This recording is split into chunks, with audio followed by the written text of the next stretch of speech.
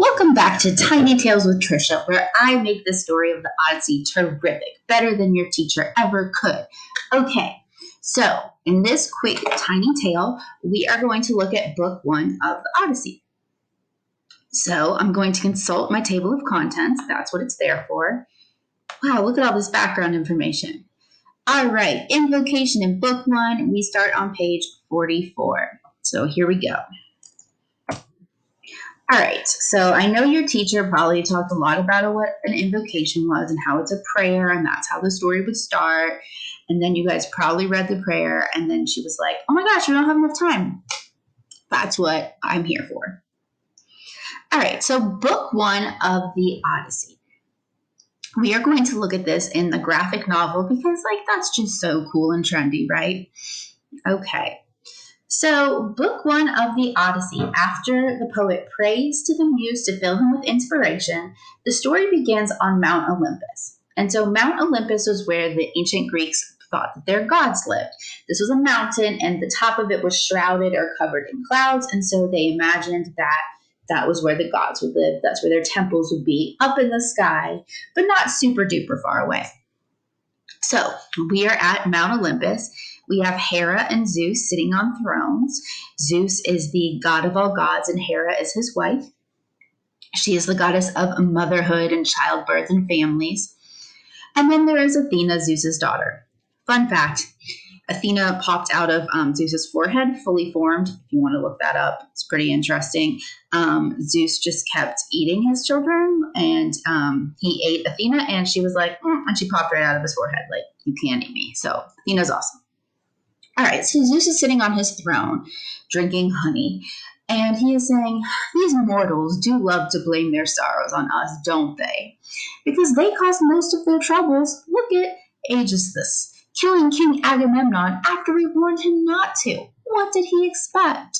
So Zeus is saying, these mortals, they want to say everything's our fault and the gods have cursed me, but, they did it. He killed this man. He shouldn't have. So, of course, he got, killed in return. Athena is listening, and she hears her moment. She says, it's true, father.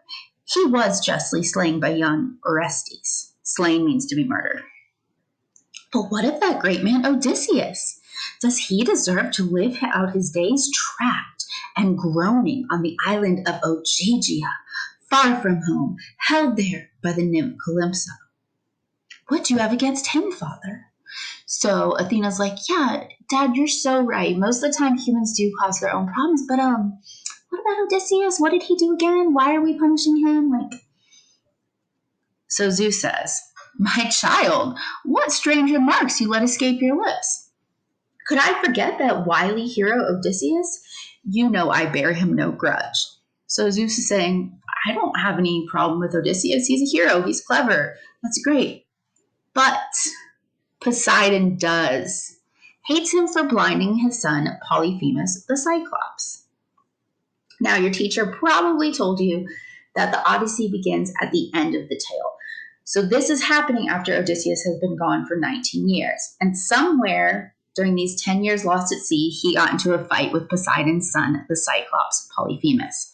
The Odyssey is going to flash back, and you will get to hear that story. Okay, so even though at the end it's already happened, we'll flash back and we'll learn about it. So Zeus is saying, but come on now, let's take up the matter of Odysseus' return.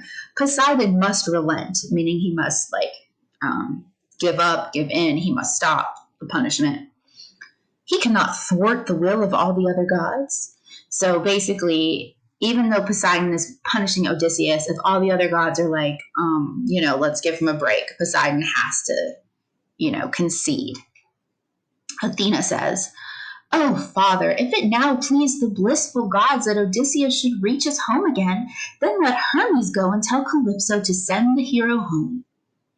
So this is Hermes, and Hermes is the messenger god. He's usually depicted with wings on his sandals. If you were into those shoes a couple years ago that had the big wings on the side, that's, kind of like Hermes. Actually, Nike is the Roman name for the same god.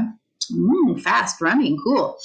All right, so Hermes is sitting here smirking because he is going to be sent down, run down the mountain, run across, run all the way to Calypso's island to tell her to let Odysseus go. In the meantime, Athena says, "For my part, I'll go to Ithaca and see his son Telemachus. I'll rouse the boy's courage to resist that pack of wolves, the shameless suitors who harass his mother Penelope and consume his wine and cattle, feasting in Odysseus' palace." All right, so the story begins with Athena convincing her father Odysseus has had enough. He deserves to be able to go home. Hermes is going to go tell Calypso to let him go. And Athena herself is going to go down to Telemachus, Odysseus' son. Now, when we last heard about Odysseus' son, he was a baby. That was 19 years ago.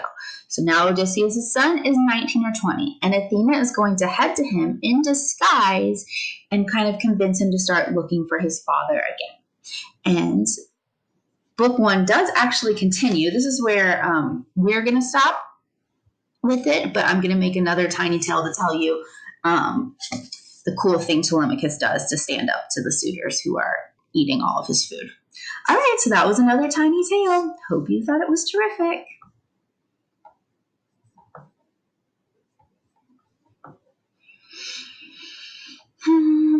I use Screencastify to make these videos, but I can never find